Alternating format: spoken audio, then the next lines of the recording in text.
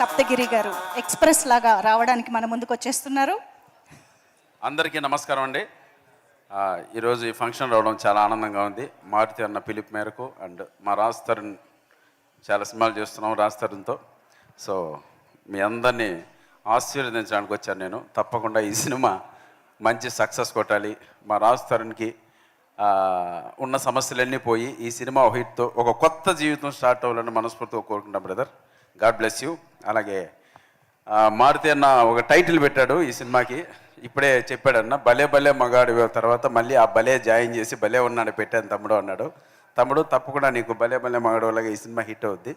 చాలా కాన్సెప్ట్, చాలా మంచి కాన్సెప్ట్.